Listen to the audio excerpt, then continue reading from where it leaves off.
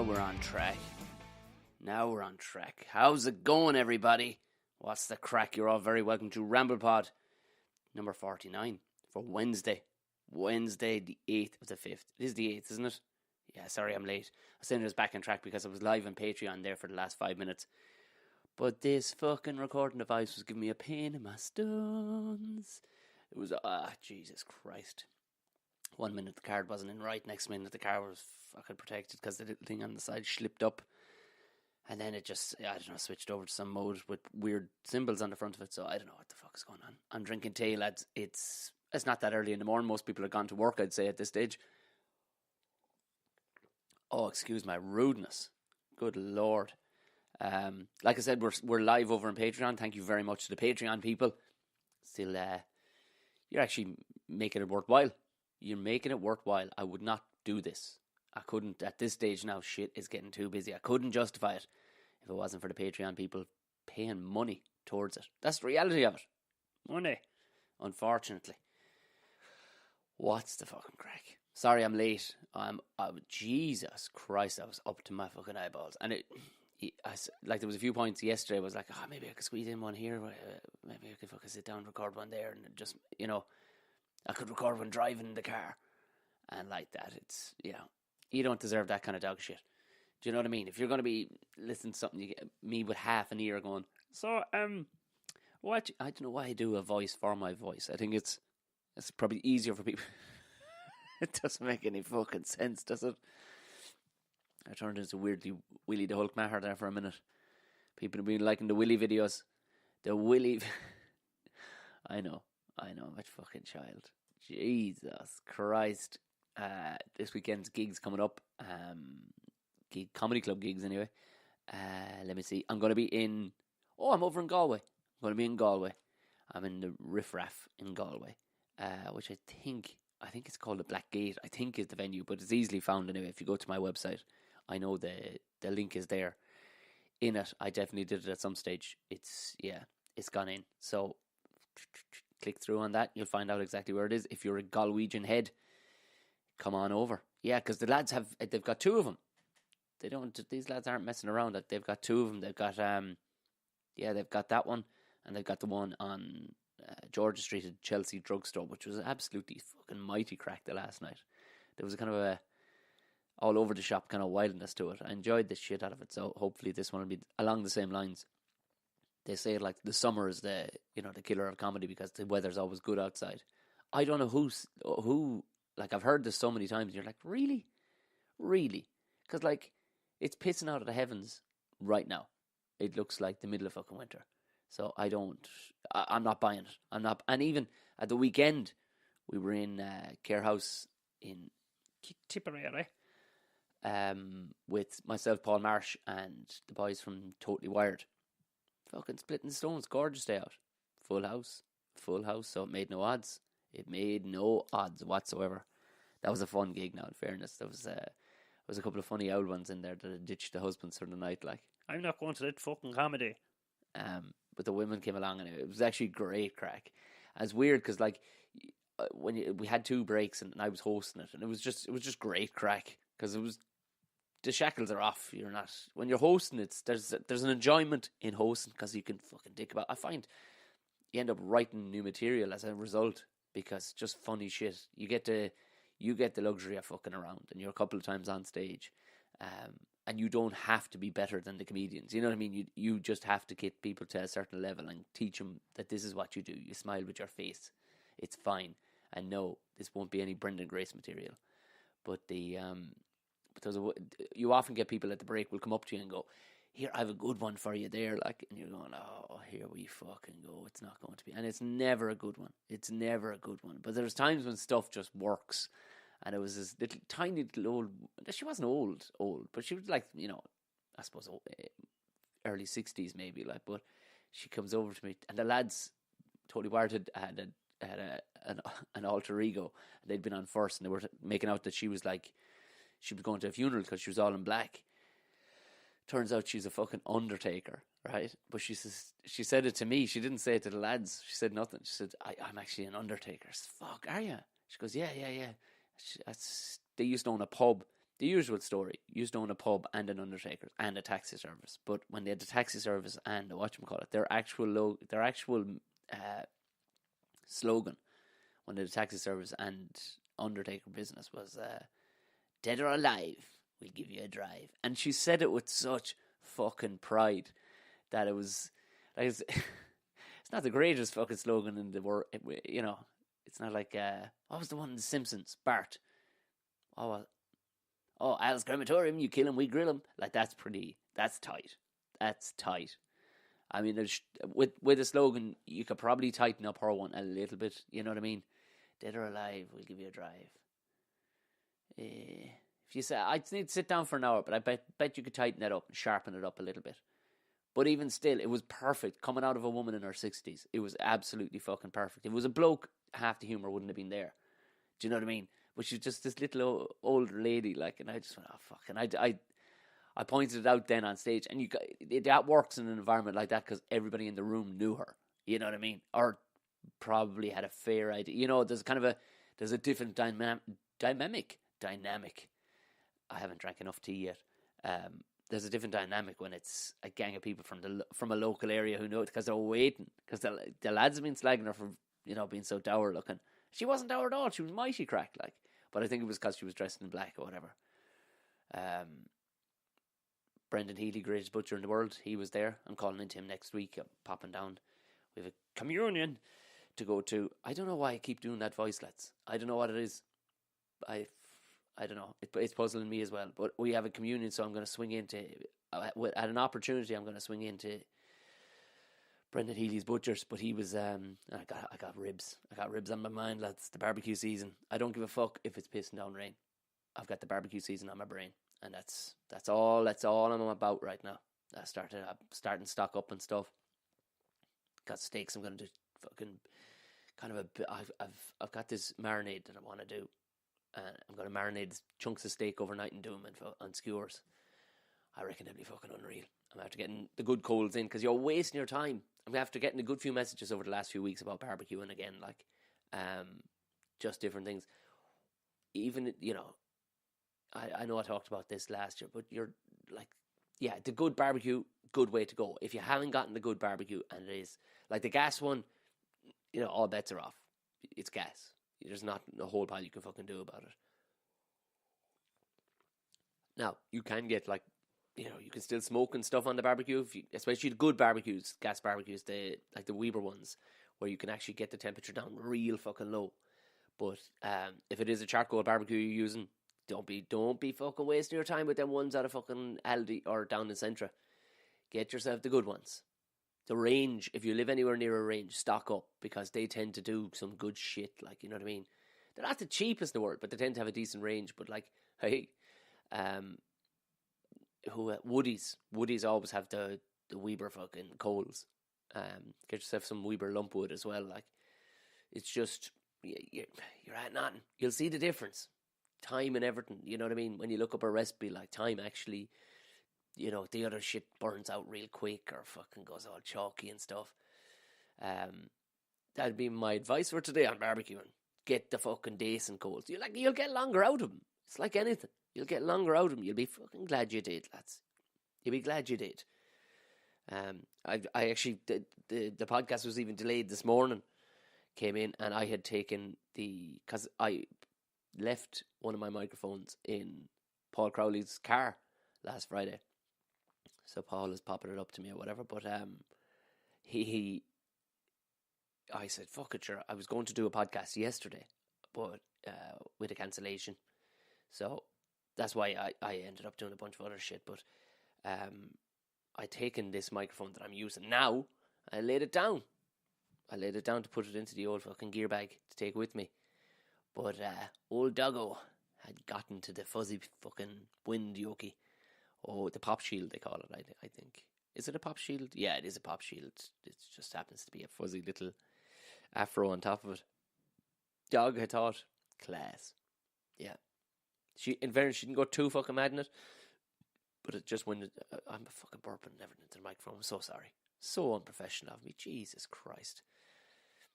But yeah, dog dribble. Nobody needs to be putting their face near dog dribble. Although in saying that, anybody listening with a dog right now has definitely probably got the remnants of some dog dribble on their face somewhere, because that's just what dog. It's gas, isn't it? You'll sit there licking their own hole, and we'll pick them up then and let them lick our face. I know it's an old adage, like, but we do it every time she licks my face. I consider that. I'm like, you are probably licking some various fucking genitals or your ass right now, or something gross outside. But I'm going to let you continue to lick my face. Like, there's no fucking way you'd let anybody do that. What is about dogs? Like, dogs are particularly filthy fuckers, like. Don't know. I suppose if you look fucking adorable, this is my argument. If you look gorgeous or adorable, you can get away with almost anything. Like, you've so much of an easier run of it but if you play your cards right. That's the thing. If you're a pure dickhead, not a hope. Now, I'm not saying as a man or a woman, even if you're adorable or gorgeous, you can go around licking people's faces. But fuck it, you probably could if you played your cards right. You know what I mean? If you played your cards right, I reckon you could walk around all day just licking people's faces. Couldn't you? Yeah, of course you could. Think about it. Nice busy street, sunny day. You're walking along, somebody gorgeous walks over and goes, "How's it going?" Man or woman, whatever you're into. "How's it going?" You're like, "I'm alright." Say they have a microphone in their hand and a camera behind them. You're like, am I on telly? You're like, "Hold on 1 second. Do you mind if I do this?" And just lean in and just up the side of your face. You'd let them.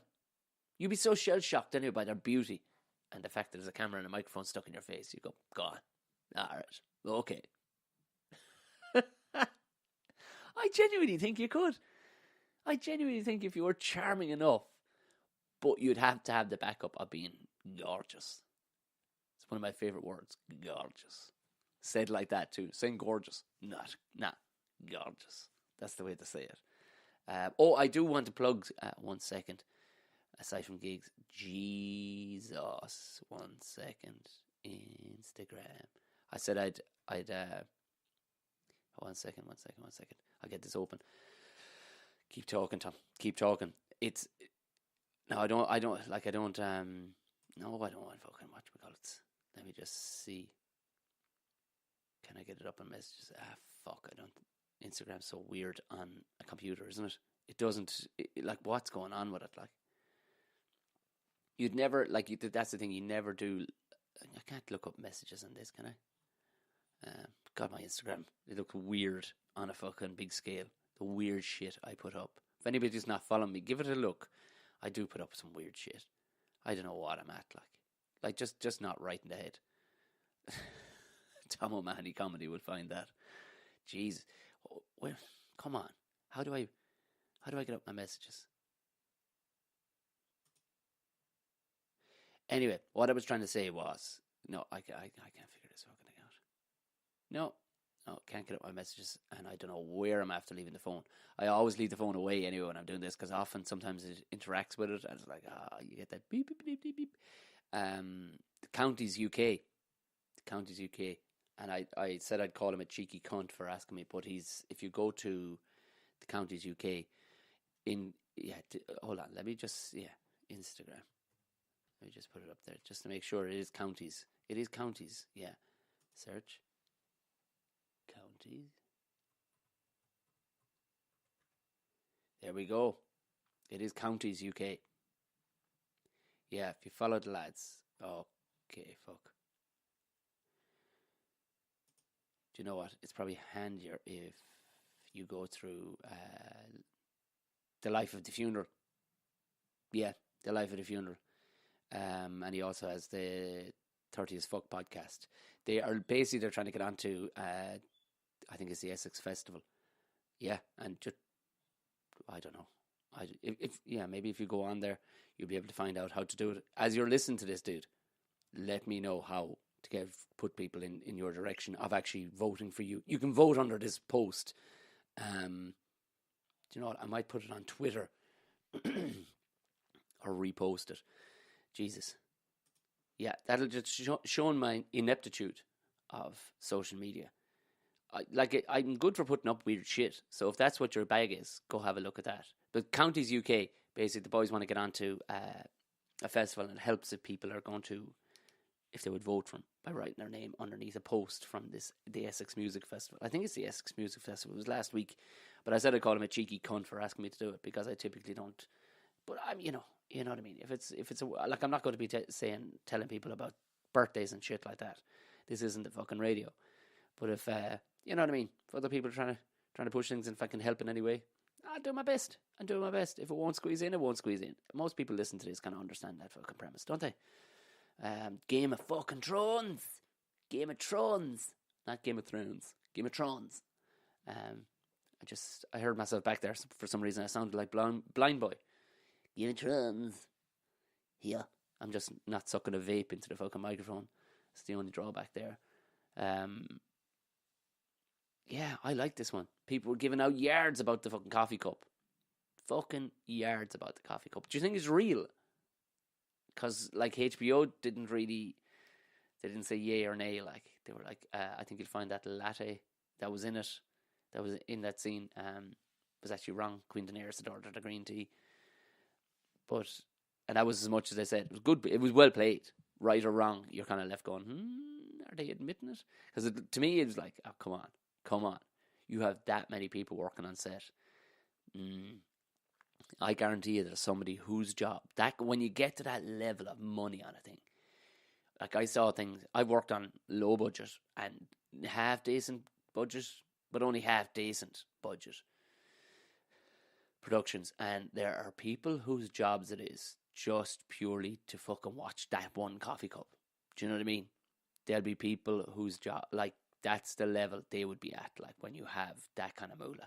Like, I saw, like, people fucking shoveling light into dark corners, as they say. That's a great phrase. I love that fucking phrase. It's not mine. It's an old phrase. But you're somebody who's great at looking busy. Do you know what I mean? It's also can be used for wasting your fucking time, like pissing into the wind. You know? But it's like, we did this one series called Ripper Street for, I think it was BBC, I think it was for, and I remember saying it to a couple of lads. I said, watch her there now. I said, just watch that young one there. She was unbelievable at making herself look busy. She'd all the gear hanging off her, her belt and all the rest of it. And she looked the part. She'd all the North Face fucking gear. But she did a whole pile, heaps of fuck all. I've never seen somebody, you'd see them in the buildings every so often, lads who are class at doing nothing but looking the fucking part and looking busy. And you wouldn't ask them. Hey, what the fuck are you at? Because they just look the part. And that's half the battle. That is 90% of the fucking battle. Jesus Christ, she'd go over and she'd look at the thing real seriously and she'd give it a rub and she'd check it then and maybe put a bit of tape under it then, and she'd give a fucking talk on the radio and the radio wouldn't suddenly work or whatever, and she'd stomp off somewhere else. And I made it my business because there was a lot of time on set. There was a lot of fuck acting around on that one. There was a lot of time on set to be, watching things like that. And I remember watching this young one going, you're a fucking genius. So I'd be very surprised if that cup is real. If it wasn't CGI'd in by somebody, or you know what I mean, just superimposed in there some which way, like by some troll, I'd be very surprised. Do you know what I mean?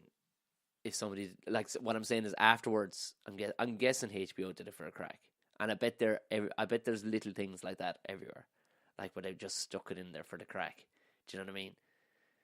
Because I would very much doubt if any professional one, because somebody's getting a serious bollocking, if not, a serious slap on the arse for what, if that is real. If somebody accidentally left that in there, I reckon they put it in there on purpose, and I reckon those jokes are all over the place. Like, there was one, I think it was the Battle of the Bastards, where John was fighting Ramsay or whatever, and in slow mo, whatever shit sword John had in one particular moment, he swung it up and it flopped, like the sword actually bent, like it was made of rubber.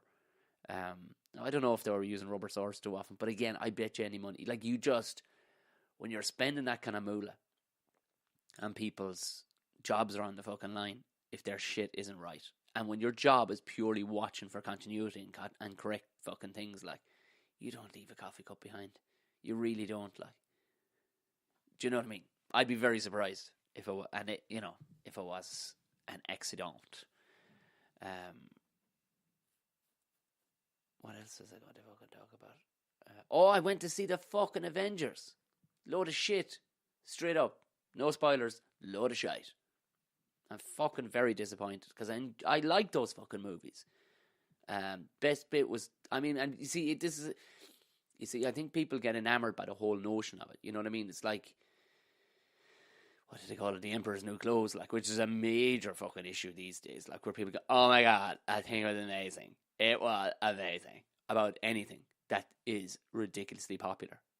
You know what I mean? Amazing. Well, you can't stand back and look at it for the wood for the trees, as they say, and go, hold on. In isolation, that is not a good Avengers movie.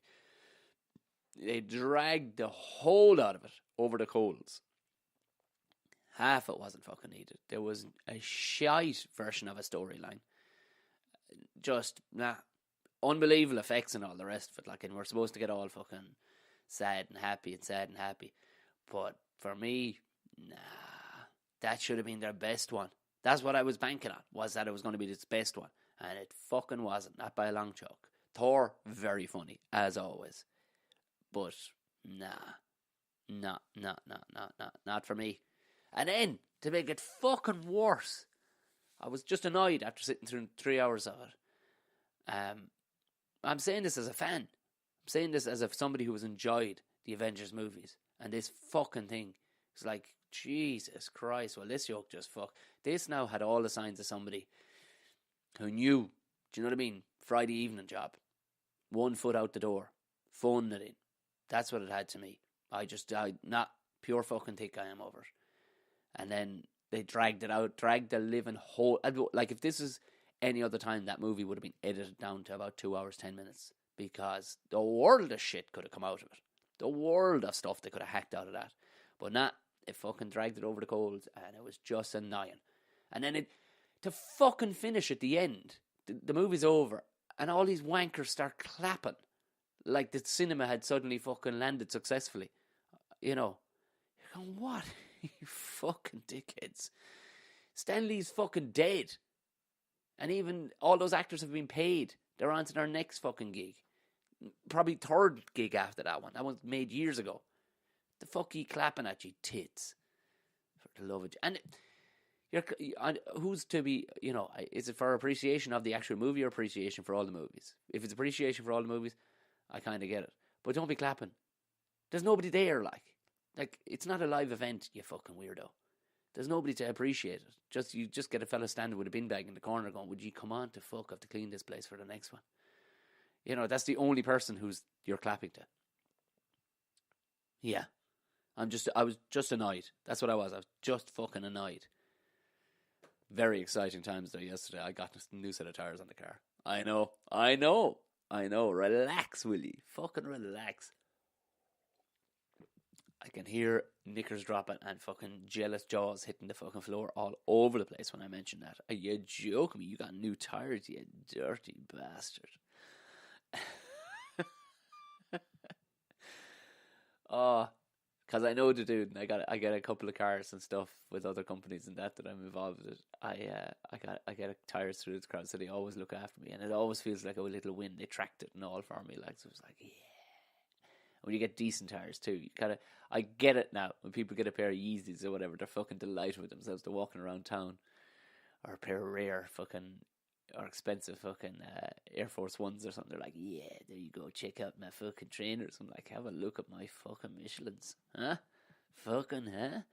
The Michelins. Do you know what? More tire companies should be making shoes. Should be making, like, trainers and stuff. I think Michelin do have a hand in some sort of way of making somebody's trainers anyway, don't they? Are they race shoes or something they make them? But I reckon there should be like Continental fucking shoes, Yokohama, Dunlop. Dunlop definitely do.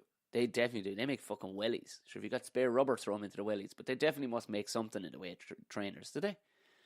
That's what I felt like for about an hour yesterday, driving around going, yeah, I'm badass. That's where my life's at, people. Comedy and fucking tires.